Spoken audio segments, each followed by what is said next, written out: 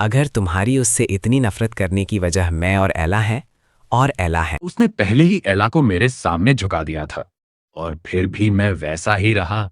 शायद अब उसके पास एक ही रास्ता बचा था, एला को फिर से मनाना। एला ने उसे देखते ही पूछा, तुम कहाँ चले गए थे? रेयान ने उदासी भरी आवाज में कहा, मैं जैक से मिल गया था। उसने कहा है अगर तुम उससे मिलो तो वह तुम्हें नौकरी दे सकता है। बस तुम्हें अपना रवैया थोड़ा बदलना होगा। एला थोड़ा उलझ गई। मैंने तुम्हें पहले ही मना किया था। फिर भी तुम उसके पास क्यों गए? रेयान ने समझाते हुए कहा, बस 1 साल और सब कुछ सह लो, फिर सब ठीक हो जाएगा। क्या तुम्हें लगता है मैं खुद जाना चाहता था? तुम्हारी वजह से उसने मेरे बारे में बहुत बुरा कहा। मैं थोड़ी बेइज्जती सह सकता हूं। क्या तुम मेरी नीयत को समझ भी सकती हो? एला चुप रही। रेयान ने सिर झुकाते हुए कहा, उससे अच्छे से बात करना। वह तुम्हें बहुत पसंद करता था। और हां, उसे बता देना कि हमारा ब्रेकअप हो चुका है। अब से हम उसके सामने साथ नहीं दिखेंगे। एला, ब्रेकअप? यह सुनते ही एला को आज की बातें याद आ गईं। रेयान ने उसे समझाया, यह सिर्फ दिखावा है। मेरे दिल में तुम हमेशा रहोगी। वो मेरे सामने आकर खड़ी हो गई। उसकी वजह से मेरी रोशनी रुक गई। मैंने ऊपर देखा। क्या बात है? एला ने झुंझलाकर कहा, तुम रेयान को क्यों परेशान कर रहे हो? मैं हैरान रह गया। मैंने उसे कब परेशान किया? एला बोली, तुम्हें क्या हक है उसे चालाक कहने का? हमारी हालत खराब है और इसका मतलब यह नहीं कि तुम हमें नीचा दिखाओ। मैं हल्का सा हंसा। ठीक है, मैं माफी मांग लूंगा। वह चालाक नहीं है और वह तो एक महान संत है और मैं ही गलत था। मैंने ठंडी हंसी के साथ कहा, जाओ उसे बचाओ। तुम्हारा बॉयफ्रेंड बहुत नाजुक है। वैसे वह तुमसे बहुत प्यार करता है, यहां तक कि मेरे पास आकर तुम्हारे लिए नौकरी मांग रहा था। घंटी बजी और मैं सीधे वहां से निकल गया। मैं सीधा इंपीरियल होटल पहुंचा। मिस्टर नाइट खुद मेरा स्वागत करने आए। मिस्टर नाइट वही सोफिया के अंकल, लेकिन हम लोग उन्हें मिस्टर नाइट कहेंगे। मिस्टर जैक आज अकेले? मैंने शांत स्वर में कहा। हाँ, आज कुछ काम है। मैंने सीधे कहा, मैं यहाँ एक सौदा करने आया हूँ। मैं कुछ जमीन खरीदना चाहता हूँ। मिस्टर नाइट चौंक गए। ये कोई मजाक है क्या? लेकिन मुझे पता था वह जमीन कोई नहीं खरीद रहा था और भविष्य में उसी जमीन से एला करोड़ों कमाने वाली थी। लेकिन इस बार उसकी किस्मत मैं खरीदने वाला था। मैंने ज्यादा कुछ समझाया नहीं, बस इतना कहा कि मैं खुद कोशिश करना चाहता हूँ। जो जमीन मैं खरीदना चाहता था वही जमीन मिस्टर नाइट बेच नहीं पा रहे थे। मेरी बात सुनकर वह चौंक गए। वे मुझे अपने दोस्त का बेटा समझते थे, इसलिए सीधे मुझे बेचने में हिचक रहे थे। उन्होंने कहा, इस बारे में पहले मुझे तुम्हारे पिता से बात करनी होगी। मैंने सिर हिलाया। ठीक है, मैं तो बस पूछने आया था। खाना खाने के बाद मैं बाहर निकला। तभी मेरी मुलाकात मेगन से हुई। वो मुस्कुराते हुए बोली, जीजा जी, फिर से मिल गए हम। मैंने ठंडे स्वर में कहा, हाँ, किस्मत ही खराब है। मेगन थोड़ा नाराज हो गई। आप ऐसा क्यों बोल रहे हैं? फिर उसने पूछा, सोफिया आपके साथ नहीं है? मैंने तुरंत पूछा, क्या वह आज स्कूल नहीं गई? मेगन ने सिर हिलाया। नहीं, वह अक्सर स्कूल नहीं जाती, लेकिन उसके नंबर इतने अच्छे हैं कि कोई कुछ नहीं कहता। यह सुनकर मैं तुरंत वहां से निकला और ड्राइवर से कहा, मुझे सोफिया के घर ले चलो। जैसे ही गाड़ी रुकी, एक बटलर बाहर आया। यंग मास्टर जैक, मैंने विनम्रता से पूछा, क्या सोफिया घर पर है? बटलर बोला, हाँ, लेकिन वह बीमार है। मैं घबरा गया। क्या हुआ उसे? बस हल्का जुकाम है। मैंने तुरंत कहा, क्या मैं उससे मिल सकता हूं? बटलर मुझे ऊपर ले गया। कमरे का दरवाजा खुला और मैंने सोफिया को बिस्तर पर लेटे देखा। मुझे देखते ही वह उठकर बैठ गई और ठंडे स्वर में बोली, उसे नीचे ले जाइए, मैं अभी आती हूं। मैंने तुरंत रोक दिया। जरूरत नहीं, मैं बस उसे देखने आया हूं। मैं अंदर चला गया। मैंने उसे ध्यान से देखा। वह सामान्य से ज्यादा कमजोर लग रही थी। तुमने बताया क्यों नहीं तुम बीमार हो? सोफिया ने कहा। तुम्हें पहले बता देना चाहिए था, आने से पहले। मैंने हल्के से मुस्कुराते हुए कहा, तुम बीमार हो और फिर भी इतनी सुंदर लग रही हो। ये सुनकर वह थोड़ी शांत हो गई। तुम अचानक यहाँ क्यों आए? मैंने कहा, मैं होटल में मेगन से मिला। उसने बताया, तुम स्कूल नहीं गई, इसलिए मैं तुम्हें देखने आ गया। सोफिया ने गंभीर आवाज में कहा, जैक, हमें थोड़ा दूरी बनाकर रखनी चाहिए। मैं चौंक गया। क्या तुम मुझसे परेशान हो गई हो? वह धीरे से बोली, मैं उतनी अच्छी नहीं हूं, मुझे गुस्सा भी बहुत आता है। मैंने मुस्कुराकर पूछा, फिर मैंने तुम्हें कभी गुस्सा करते क्यों नहीं देखा? वह चुप हो गई और अचानक हंसने लगी। मैं घबरा गया। रुको, मैं पानी लाता हूं। मैं पानी लेकर आया और उसे थमा दिया। क्या तुमने सारी दवाइयां ले ली? उसने हल्के से सिर हिलाया। तो अब थोड़ा और आराम करो, मैं यहीं बैठकर तुम्हारा ख्याल रखूंगा। मेरी यह बात सुनकर सेलिस ने मेरी तरफ देखा। तुम जा नहीं रहे? मैं बटलर से कह देती हूँ, वो तुम्हें घर छोड़ देगा। मैंने हाथ हिलाते हुए कहा, मैं अभी आया ही हूँ, इतनी जल्दी जाने का इरादा नहीं है। तुम सो जाओ, उसके बाद चला जाऊंगा। सेलिस ने पानी पिया और चुप हो गई। कल जब वह गई थी तब हमारे बीच हल्की सी अनबन हुई थी। हालांकि उसे पता था कि मैं शायद फिर से एला के पास चला जाऊं। वह बिस्तर पर लेट गई और मैं उसके पास बैठकर उसे देखने लगा। वह ज्यादा देर तक सो नहीं पाई। थोड़ी ही देर में उसकी आंख खुल गई। मुझे वहीं बैठा देखकर उसने अपनी खूबसूरत आंखें खोली। तुम अभी तक गए नहीं? उसे लगा था कि उठते ही वह फिर उसी ठंडे कमरे में अकेली होगी, लेकिन मैं अभी भी वहीं था। उस एहसास ने उसे जैसे अचानक कोई अनमोल तोहफा दे दिया हो। मैंने मुस्कुराते हुए कहा, नींद नहीं आ रही? जब मैं बीमार होता था मुझे भी नींद नहीं आती थी। वो बस मुझे देखती रही, कुछ बोली नहीं। मैंने समझाते हुए कहा, मैं जाने ही वाला था, तभी तुम जाग गई। तभी दरवाजा खुला और सेलिस्ट के अंकल घर आ गए। मुझे देखकर वो हैरान रह गए। रायन, तुम यहाँ? मैंने विनम्रता से कहा। नमस्ते अंकल, सुना था सेलिस्ट बीमार है, इसलिए मिलने आ गया। उन्होंने मुस्कुराते हुए कहा, ठीक है, तुम दोनों बात करो, तुम्हारे आने से वो खुश होगी। यह सुनकर सेलिस्ट थोड़ा शर्मिंदा हो गई। अंकल, लेकिन वो बिना कुछ कहे बाहर चले गए। मैंने सेलिस्ट की तरफ देखते हुए पूछा, क्या सच में मेरे आने से तुम्हें खुशी हुई? वह शांत दिखने की कोशिश करते हुए बोली, ठीक ही है, और किताब उठाकर पढ़ने लगी।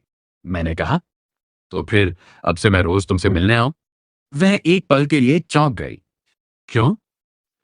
मैं मुस्कुराया। तुम नहीं चाहती कि मैं आऊं? वह बोली, ऐसी बात नहीं है, लेकिन तुम्हारा स्कूल? मैंने जवाब दिया, तुम बीमार हो, मैं तुम्हें परेशान नहीं कर सकता। अब से मैं अपना होमवर्क लेकर यहीं आ जाया करूंगा। यह सुनकर उसने राहत की सांस ली। मैं खड़ा हुआ। ठीक है, अब चलता हूं, कल फिर मिलने आऊंगा। वह भी उठ गई। मैं तुम्हें बाहर तक छोड़ देती हूँ। मैंने मना किया, तुम बीमार हो, आराम करो। फिर भी वह मेरे साथ नीचे आई। नीचे उसके अंकल बैठे थे। जा रहे हो रायन? थोड़ा रुक जाओ, आज यहीं रुक जाओ। मैंने विनम्रता से मना किया, नहीं अंकल, अब जाना ठीक रहेगा। सेलिस्ट मुझे बाहर तक छोड़ने आई। गाड़ी तैयार खड़ी थी। बटलर ने दरवाजा खोला। मैंने उसकी तरफ देखकर कहा, आराम करना, कल मिलते हैं। उसने धीरे से कहा, हाँ, पहुंचकर मैसेज करना। और तभी मैंने अचानक उसे गले लगा लिया। वह एकदम से रुक गई, हिल भी नहीं पाई।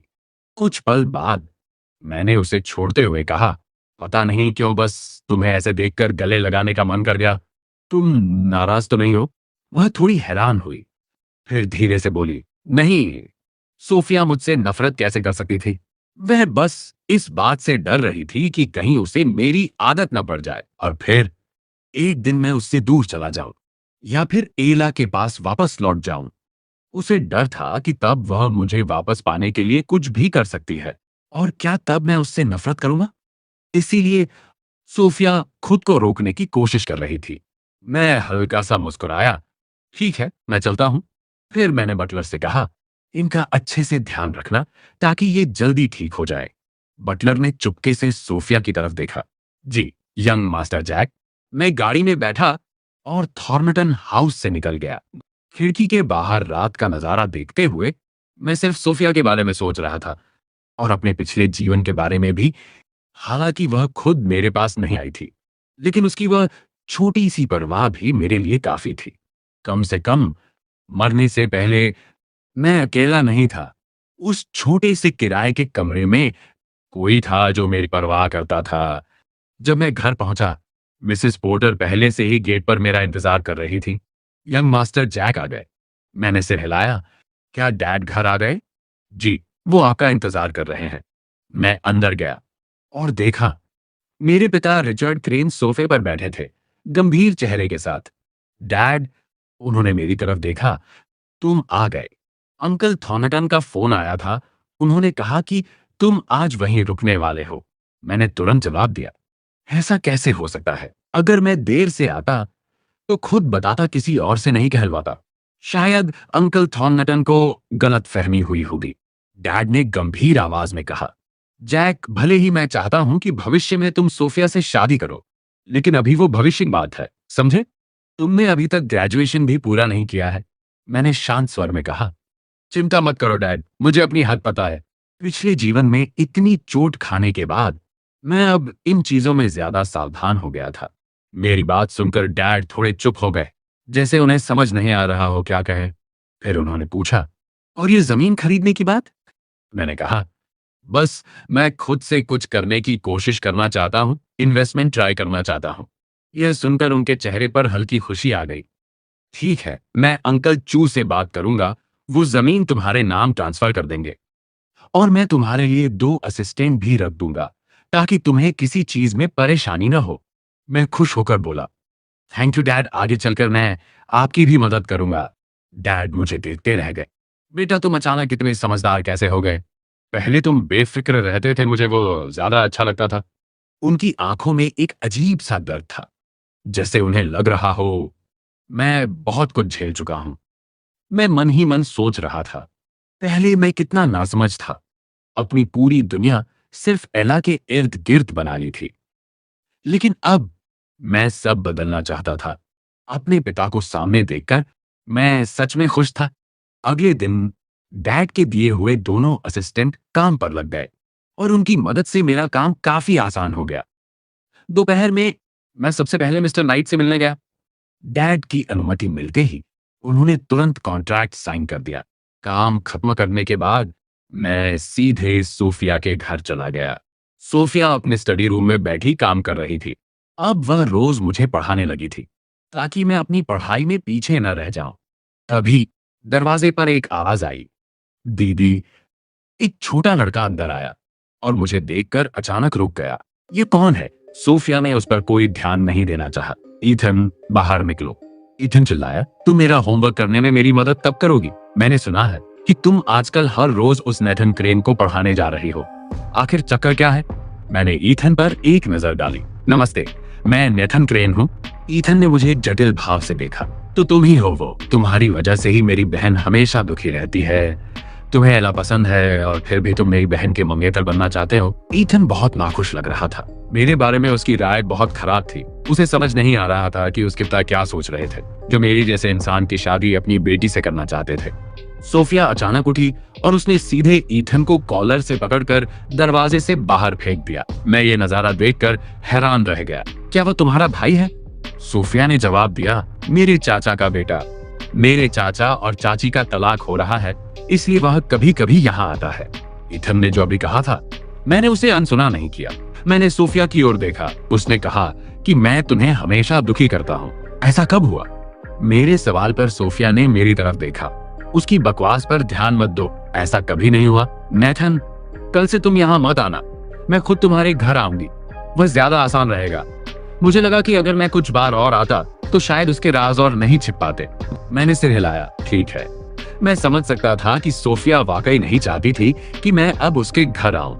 होमवर्क खत्म करने के बाद सोफिया खुद मुझे घर छोड़ने गई। रास्ते में वह बहुत खामोश थी। मैं उसके बगल में बैठा इंस्टाग्राम चला रहा था। सोफिया चोरी छिपे मुझे देख रही थी। वो मेरे साथ बिताए इन अकेले पलों का सच में आनंद ले रही थी। जब हम ग्रीन हाउस पहुंचे तो गाड़ी गेट पर ही रुक गई। हमने देखा कि मिस्टर वेल्स वहां खड़े सिक्योरिटी गार्ड से उलझ रहे थे। मुझे मिस्टर क्रेन से मिलने दो, मुझे उनसे बहुत जरूरी काम है। गार्ड परेशान होकर बोला, आप हद कर रहे हैं। आपको क्या लगता है मिस्टर क्रेन आपसे सिर्फ इसलिए मिलेंगे क्योंकि आप मिलना चाहते हैं? हालांकि मिस्टर वेल्स पहले क्रेन परिवार के ड्राइवर थे, लेकिन गार्ड्स उनसे नफरत करते थे क्योंकि वे हमेशा उनके सामने डींगे मारते थे कि एक दिन मेरी शादी उनकी बेटी एला से होगी। जैसे कोई इस बात पर यकीन करेगा। जैसे ही उन्होंने मेरी गाड़ी देखी, मिस्टर वेल्स दौड़कर आए और कार के सामने खड़े हो गए। मैंने शीशा नीचे किया क्या बात है? सिक्योरिटी गार्ड ने आकर कहा, छोटे मालिक, ये कह रहे हैं कि इन्हें बड़े मालिक से मिलना है। मैंने कहा, मेरे पिता शायद इस वक्त घर पर नहीं है। मैंने इन्हें बताया, पर ये मान नहीं रहे। मिस्टर वेल्स करीब आए और गिड़गिड़ाने लगे, नेथन, प्लीज अलग बचा लो, उसे कुछ लोग उठा ले गए हैं। मुझे समझ नहीं आया कौन ले गया। मिस्टर वेल्स ने दर्द भरे स्वर में कहा, वो कर्ज वसूलने वाले गुंडे। ये सब मेरी गलती है, मुझे उनसे उधार नहीं लेना चाहिए था। अब वे अपना कर्ज वसूलने के लिए एला को ले गए हैं। मैंने अपनी भौहें सिकोड़ी। मिस्टर वेल्स ने फिर मेरी ओर देखा, प्लीज मदद करो। आखिर तुम और एला एक समय कितने करीब थे। मुझे जुआ नहीं खेलना चाहिए था। मैं वादा करता हूँ कि आगे से ऐसा नहीं होगा। मेरी बेटी मेरे भविष्य की उम्मीद है, मैं उसे खोते हुए नहीं देख सकता। मुझे उम्मीद नहीं थी कि एला की हालत इतनी खराब हो गई होगी। मिस्टर वेल्स जैसा पिता होने की वजह से उसकी जिंदगी वाकई रंगीन थी, पर मेरी मदद करने की कोई इच्छा नहीं थी। क्योंकि मामला अपहरण का है तो पुलिस में रिपोर्ट लिखवाओ। पुलिस तुम्हारी मदद मुझसे बेहतर कर पाएगी।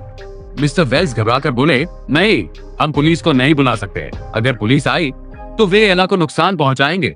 तुम ऐसा होते हुए नहीं देखना चाहते, है ना? मैंने शांति से कहा, सच तो यह है कि मैं वैसा होते हुए देखना चाहूंगा। मिस्टर वेल्स को मेरी बात सुनकर धक्का लगा। जाहिर है, मैं पहले ऐसा नहीं था। पहले अगर एला को कांटा भी चुभता था तो सबसे ज्यादा दर्द मुझे होता था। सोफिया ने भी मेरी इस बेरुखी को गौर से देखा। वह हैरान थी कि एला के लिए मेरे मन में अब जरा भी हमदर्दी नहीं बची थी। तभी पीछे से कार के हॉर्न की आवाज आई। मेरे पिता रिचर्ड क्रेन वापस आ गए थे। मिस्टर वेल्स ने जैसे ही उन्हें देखा, वे मुझे छोड़कर उनकी ओर भागे। पिता ने उन्हें अनसुना नहीं किया। अंदर लिविंग रूम में पहुंचने के बाद पिता बैठ गए और मिस्टर वेल्स की पूरी बात सुनने लगे। क्रेन, कृपया मेरी बेटी को बचा लीजिए। आखिर हम इतने सालों तक सहपाठी रहे हैं। अगर आपने मदद नहीं की तो मेरी एला का अंत हो जाएगा। रिचर्ड क्रेन ने मिस्टर वेल्स की पुरानी दोस्ती के कारण ही उन्हें ड्राइवर की नौकरी दी थी। बाद में जब उन्हें पता चला कि वेल्स को जुए की लत है तो उन्होंने उन्हें हटाने का मन बना लिया था। अब एला की खातिर उन्हें गिड़गिड़ाते देख रिचर्ड क्रेन बोले, मैंने तुमसे पहले भी कहा था, जुआ छोड़ दो। तुम्हारी बेटी अब छोटी नहीं है। अगर अपने लिए नहीं तो कम से कम उसके लिए तो सोचो। मिस्टर वेल्स जमीन पर घुटनों के बल बैठ गए। अब से मैं कभी जुआ नहीं खेलूंगा। वह मेरी एक पल की बेवकूफी थी, पर इसमें एला बेगुनाह है। कृपया आखिरी बार मेरी मदद कीजिए, मैं आपके हाथ जोड़ता हूँ। रिचर्ड क्रेन ने अपने सचिव की ओर देखा। सेक्रेटरी यान, कृपया इस मामले को संभालिए। मैं जैक चुप रहा, क्योंकि मैं जानता था कि अगर मैं कुछ कहूंगा भी तब भी मेरे पिता एला को बचा ही लेंगे। मिस्टर वेल्स के साथ उनकी पुरानी सहपाठी वाली दोस्ती थी। वे इतने पत्थरदिल नहीं हो सकते थे कि एक जवान लड़की को गुंडों के हाथ मरने के लिए छोड़ दें। पिछले जन्म में एला ने जो कुछ भी किया वह इस जीवन में अब तक नहीं हुआ था। फिलहाल वह सिर्फ एक हाई स्कूल की छात्रा थी जिसने अभी तक कोई बड़ा अपराध नहीं किया था। मदद का आश्वासन मिलते ही मिस्टर वेल्स की आंखों में चमक आ गई। धन्यवाद मिस्टर क्रेन। एला के ग्रेजुएट होते ही मैं उसे आपकी कंपनी में काम करने के लिए भेजूंगा। हमारा परिवार भले ही गरीब है, पर वह हमेशा अपनी क्लास में टॉपर रही है। रिचर्ड क्रेन ने उनके खोखले वादों पर ध्यान नहीं दिया। यह आखिरी बार है जब मैं मदद कर रहा हूँ। मिस्टर वेल्स अभी किसी भी शर्त को मानने के लिए तैयार थे, बस उनकी बेटी बच जाए। सेक्रेटरी यान एला को छुड़ाने के लिए निकलने लगे। मिस्टर वेल्स भी उनके साथ हो लिए। मैंने अचानक कहा, पापा, मैं भी जाना चाहता हूँ। रिचर्ड क्रेन ने मुझे हैरानी से देखा। जैक, क्या तुम आराम नहीं करोगे? बहुत देर हो चुकी है। मैंने कहा, कोई बात नहीं, मैं वापस आकर सो जाऊंगा। पिता थोड़े बेबस दिखे, पर मान गए। ठीक है, जाओ। उन्हें लगा कि जब तक मैं एला के प्यार में पागल होकर कोई बेवकूफी नहीं कर रहा, तब तक मेरा जाना ठीक है। बाहर गाड़ी तैयार थी। मैंने सोफिया की ओर देखा। तुम घर क्यों नहीं चली जाती? सोफिया जाने को तैयार नहीं थी। क्या तुम अकेले जा सकते हो? मैंने उसे परखते हुए कहा, तो फिर मेरे साथ चलो। मुझे डर था कि कहीं वह बुरा न मान जाए। हालांकि मेरे इरादे साफ थे, पर सोफिया का नजरिया अलग हो सकता था। सोफिया ने कहा, मैं तुम्हारे साथ चलूंगी। हम दोनों गाड़ी में बैठ गए और ड्राइवर को सेक्रेटरी यानी कि कार का पीछा करने को कहा। जल्द ही हम एक पुराने कारखाने अबैंडन्ड फैक्ट्री पहुंचे। सेक्रेटरी यान ने पहले ही पुलिस को बुला लिया था। गुंडे पकड़े गए और एला को छुड़ा लिया गया। वह काफी दयनीय और डरी हुई लग रही थी। उसकी बिखरी हुई हालत देखकर मेरे चेहरे पर एक कुटिल मुस्कान आ गई, जिसे मैंने तुरंत छिपा लिया। मैंने सोफिया से कहा, मैं जरा उसे देख कर आता हूँ। और मैं दौड़कर एला के पास पहुंचा। एला, क्या तुम ठीक हो? कहीं चोट तो नहीं लगी? मेरी आंखों में बनावटी चिंता थी, जैसे मैं उसके लिए बहुत बेचैन हूं। एला ने जब मुझे इतनी नरमी से अपनी फिक्र करते देखा तो वह थोड़ी भावुक हुई, पर फिर उसे मेरा पुराना ठंडा व्यवहार याद आ गया और उसका चेहरा फिर से सख्त हो गया। मुझे तुम्हारी चिंता की जरूरत नहीं है, मैं ठीक हूं। मैंने अपने होंठ भींचे और एक दुखी चेहरा बनाया। मैं तुम्हारी इतनी परवाह करता हूं और तुम मुझसे ठीक से बात तक नहीं कर सकती। अगर मैंने अपने पिता के सामने गिड़गिड़ाकर तुम्हें बचाने की विनती न की होती तो अब तक उन लोगों ने तुम्हारे हाथ काट दिए होते। सोफिया ये सब देखकर मन ही मन मुस्कुरा रही थी। अगर उसने खुद गेट पर मुझे मिस्टर वेल्स को मना करते हुए न देखा होता तो शायद वह भी मेरे इस एक्टिंग पर यकीन कर लेती। मेरा यह दोहरा व्यवहार उसकी समझ से बाहर था, पर उसे इसमें काफी दिलचस्पी आ रही थी, इसलिए वह चुपचाप तमाशा देखती रही। एला यह सुनकर हैरान थी कि मैंने उसे बचाने के लिए पिता से विनती की थी। उसे वाकई लगा था कि अब मुझे उसकी कोई परवाह नहीं है। वापस क्रेन हाउस पहुंचने पर रिचर्ड क्रेन ने जब एला को सही सलामत देखा तो उन्हें चैन मिला। एला, अब तुम कैसी हो? एला ने धीमी आवाज में कहा, आपकी मदद के लिए धन्यवाद मिस्टर क्रेन, मैं ठीक हूं। एला ने कहा। भले ही मेरे प्रति उसका व्यवहार रूखा था, लेकिन रिचर्ड क्रेन के सामने वह हमेशा बेहद विनम्र रहती थी। रिचर्ड क्रेन ने राहत की सांस ली। अच्छा है कि तुम सुरक्षित हो। मैंने तुम्हारे पिता से बात की है और उन्हें जुआ छोड़ने की सख्त हिदायत दी है। पहले अपने जख्मों का ध्यान रखो। मिसेस पोर्टर, क्या डॉक्टर आ गए? मिसेस पोर्टर ने जवाब दिया, वे रास्ते में ही हैं। एला ने सिर हिलाया। इतनी तकलीफ की जरूरत नहीं है, ये सब मामूली खरोचे हैं, मैं खुद इनका इलाज कर लूंगी। इसके बाद एला नहाने चली गई, जबकि मिस्टर वेल्स मेरे पिता की चापलूसी करने में लगे रहे। गेट पर जैक और सोफिया मैं सोफिया सेलेस्ट को छोड़ने बाहर गेट तक आया। तभी मुझे याद आया कि वह बीमार थी। मैंने उसकी ओर देखते हुए कहा, तुम्हें घर जाकर सो जाना चाहिए। तुम अभी पूरी तरह ठीक नहीं हुई हो। अगर आराम नहीं किया तो कल फिर बीमार पड़ जाओगी। सोफिया ने मुस्कुराकर कहा, मैं ठीक हूं, काफी स्वस्थ हूं। मुझे यकीन नहीं हुआ। तो फिर पहले बीमार कौन था? मैंने तुम्हारे बटलर से सुना है कि तुम्हें अक्सर अनिद्रा इंसोम्निया की समस्या रहती है और तुम ठीक से नहीं सोती। तुम अपनी नींद पूरी क्यों नहीं करती? मेरी चिंता देख सोफिया ने अपनी नजरें झुका ली। उसे लगा कि उसे वाकई घर जाकर आराम करना चाहिए। मेरी आवाज नरम हो गई। यही सही रहेगा। अब जल्दी घर जाओ, कल मिलते हैं। सोफिया रुकी रही, जैसे कुछ कहना चाहती हो। मैंने चुटकी लेते हुए पूछा, क्या हुआ? मुझे छोड़कर जाने का मन नहीं कर रहा? सोफिया ने सीधे पूछा, क्या तुमने सच में अपने पिता से एला को बचाने की मिन्नत की थी? पकड़े जाने पर मैंने दोषी भाव से अपनी नाक छुई। तुमने सुन लिया? मुझे लगा तुमने ध्यान नहीं दिया होगा। सोफिया ने मेरी आंखों में झांका। जैक, तुम्हारे और एला के बीच आखिर चल क्या रहा है? मैंने सपाट लहजे में जवाब दिया, मैं इसे समझा नहीं सकता। बस इतना जान लो कि अब मैं उसे पसंद नहीं करता। मैं बस उसके साथ खेल रहा हूं, मैस्वेधर। सोफिया ने राहत की सांस लेते हुए सिर हिलाया। उसे तसल्ली थी कि मेरे और एला के बीच अब कुछ नहीं है। ठीक है, मैं चलती हूँ, कल फिर आऊंगी। मैंने उसे कार तक छोड़ा और हाथ हिलाकर विदा किया। ग्रीन हाउस के अंदर मरहम पट्टी। जब मैं वापस अंदर गया, एला नहाकर बाहर आ चुकी थी। उसके हाथों और बाहों पर काफी चोटें थीं। वह मिसेस पोर्टर से फर्स्ट एड बॉक्स लेकर खुद ही मरहम लगा रही थी, पर उसे दिक्कत हो रही थी। मैंने पास जाकर कहा, लाओ, मैं कर देता हूं। एला ने मुझे एक नजर देखा और चुप रही। मैंने उसके हाथ से दवा ली और घावों पर लगाना शुरू किया। मिस्टर वेल्स पास ही खड़े ये सब देख रहे थे और उनके चेहरे पर एक संतुष्ट मुस्कान थी। उन्हें लगा कि एला को चोटिल देख मेरा दिल फिर से पिघल गया है। मिस्टर वेल्स खड़े हुए और बोले, मैं अब चलता हूं, कल काम पर भी जाना है। रिचर्ड क्रेन ने उनके लिए एक सिक्योरिटी गार्ड की नौकरी का इंतजाम कर दिया था।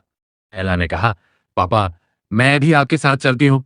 मिस्टर वेल्स ने उसे डांटते हुए कहा, वहां जाकर क्या करोगी? यहाँ रुको, कल स्कूल नहीं जाना क्या? जैक के साथ जाओ और उनका ख्याल रखो। मिस्टर क्रेन तुम्हारे प्रति इतने दयालु रहे हैं, अब उन्हें परेशान मत करना। एला असहज महसूस कर रही थी। रिचर्ड क्रेन उसकी हिचकिचाहट समझ गए। एला, यहीं रुक जाओ, बहुत रात हो गई है, वापस जहां परेशानी भरा होगा। एला ने शर्मिंदगी से कहा, मेरे पिता ने आपको फिर से जहमत दी है। रिचर्ड क्रेन ने आ भरी, कोई बात नहीं, तुम्हारे पिता की जुए की लत की वजह से तुम्हारी जिंदगी आसान नहीं रही है। तुम बस अपनी पढ़ाई पर ध्यान दो। अब से तुम्हारी स्कूल की फीस मैं दूंगा। तुम पढ़ाई में अच्छी हो, पारिवारिक मामलों की वजह से अपना भविष्य खराब मत करो।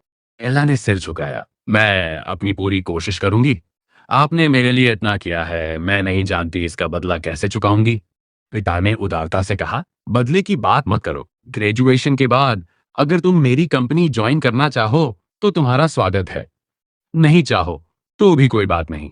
तभी जब मैं एला के घाव पर मलहम लगा रहा था, मैंने जानबूझकर रुई वाले स्वाब कॉटन स्वैब को उसके घाव में जोर से चुभा दिया। एला दर्द से कराह उठी और मुझे घूर कर देखा। तुम इतने अनाड़ी क्यों हो? मरहम लगा रहे हो या घाव को और गहरा कर रहे हो? मैंने मासूमियत से पट्टी पूरी की और एला ने पिता को धन्यवाद देते हुए सिर हिलाया। धन्यवाद मिस्टर क्रेन, एला ने धीमी आवाज में कहा। रिचर्ड क्रेन की कंपनी में जगह मिलना कोई छोटी बात नहीं थी। लोग वहां पहुंचने के लिए तरसते थे। पिता अपनी बात खत्म कर आराम करने ऊपर चले गए। एला की मरहम पट्टी खत्म करने के बाद मैंने मिसेज पोर्टर को सामान रखने को कहा। मैंने एला की ओर देखा। क्या तुम चल सकती हो? क्या तुम्हें मेरी मदद चाहिए? एला का लहजा अभी भी बर्फीला था। जरूरत नहीं है, मैं खुद चल सकती हूँ। मैंने उसकी ओर देखा और एक गहरी अफसोस भरी आ भरी। एला ने भौहें सिकोड़ते हुए पूछा, तुम आहें क्यों भर रहे हो? मैंने पछतावे वाला चेहरा बनाया और कहा, अच्छा हुआ तुम्हारी टांगें नहीं टूटी, वरना कितना बुरा होता। एला ने मुझे संदेह से देखा।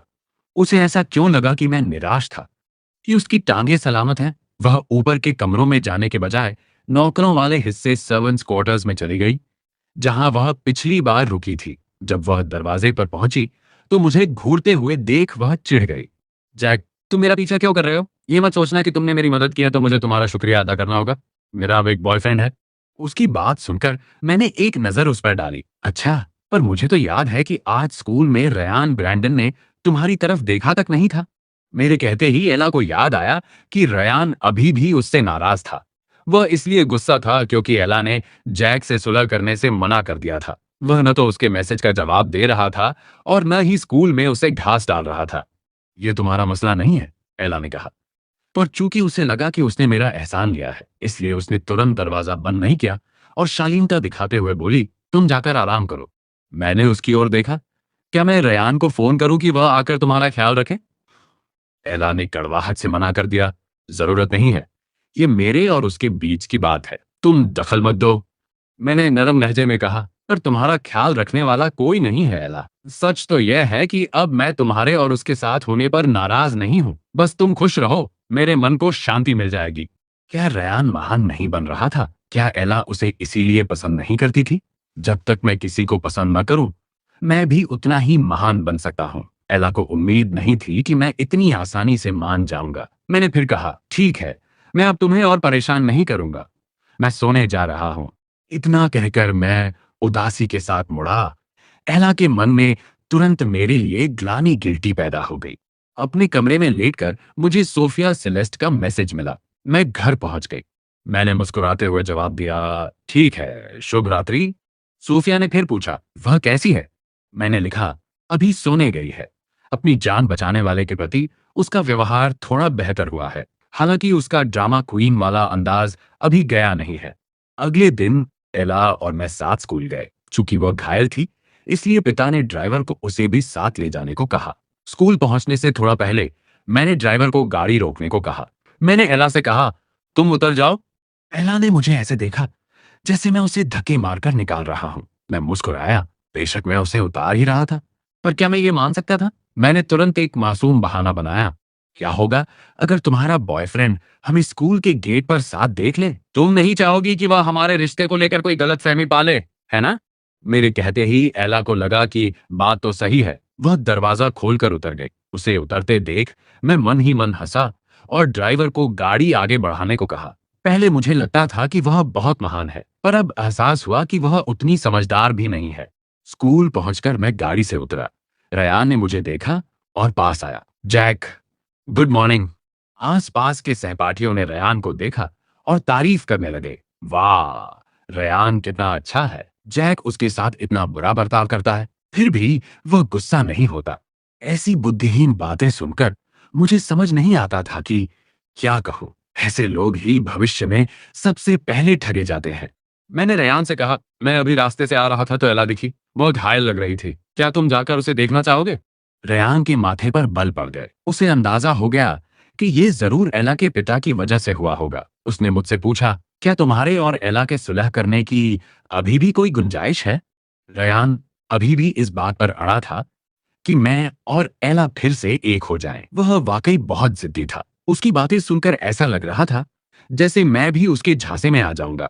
मैंने एक ठंडी आह भरी और कहा, मैं सुलह करना चाहता हूं या नहीं, इससे क्या फर्क पड़ता है? उसके दिल में तो सिर्फ तुम ही हो, है ना?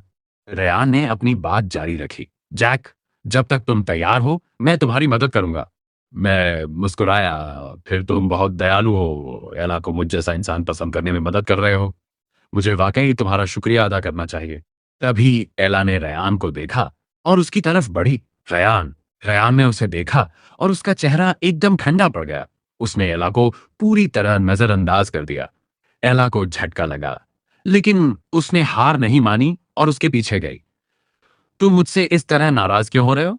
रयान ने कहा, तुमने मेरी बातों को कभी गंभीरता से नहीं लिया। तुमने मेरी सारी कोशिशों को मिट्टी में मिला दिया। तुम्हें अंदाजा भी नहीं है कि मैं क्यों नाराज हूं। एला ने उसकी आंखों में देखा। क्या तुम मुझे इतनी बुरी तरह खुद से दूर धकेलना चाहते हो? रयान ने उसे ऊपर से नीचे तक देखा। मैं ये सब तुम्हारी भलाई के लिए कर रहा हूं। खुद को देखो। अगर जैक तुम्हारे साथ होता तो क्या तुम्हें कभी चोट पहुंचती? क्या तुम्हें दुख सहना इतना पसंद है? उसे डांटने के बाद रयान ने एक लाचार चेहरा बनाया। एला, तुम्हें तकलीफ में देखकर मेरा दिल किसी और से ज्यादा टूटता है। मैं सिर्फ तुम्हारा भला चाहता हूं। तुम्हारे लिए मैं खुद को झुकाने को भी तैयार हूं। तुम समझती क्यों नहीं? रेयान की बेरुखी से एला के मन में जो कड़वाहट आई थी, वह उसकी इन चिकनी चुपड़ी बातों से तुरंत खत्म हो गई। रेयान ने दुखी होने का नाटक करते हुए आ भरी। अगर तुम जैक के साथ सुलह नहीं करती तो बेहतर है कि हम ब्रेकअप कर लें। असल में रेयान उससे दूरी बनाना चाहता था ताकि एला के परिवार की मुसीबतें, खासकर उसके जुआरी पिता का कर्ज, उस पर ना आ जाए। उसके पास जैक जितना पैसा नहीं था कि वो दूसरों के कर्ज चुका सके। रेयान एला को वहीं छोड़कर आगे बढ़ गया। मैं एला के पास गया और पूछा, क्या हुआ? वाकई झगड़ा हो गया? क्या ब्रेकअप होने वाला है? एला की नजर मुझ पर पड़ी। क्या तुमने उससे कुछ कहा? मैंने मासूमियत से उसकी ओर देखा। फिर से बात मुझ पर आ गई। हाँ, क्यों नहीं? पूरी दुनिया को दोष दो और अब मुझे भी। एला ने मेरा चेहरा देखा और उसे याद आया कि मैंने वाकई पिछले कुछ दिनों से उसके मामले में कोई दखल नहीं दिया है। वो वहां से चुपचाप चली गई। क्लास में पहुंचने के बाद भी रेयान अपने काम में व्यस्त रहा। उसने एला पर बिल्कुल ध्यान नहीं दिया। मैं पास ही बैठा इन दोनों को देख रहा था। मुझे ये ड्रामा काफी मजेदार लग रहा था। मैं उन्हें घूर ही रहा था कि एला अचानक मुड़ी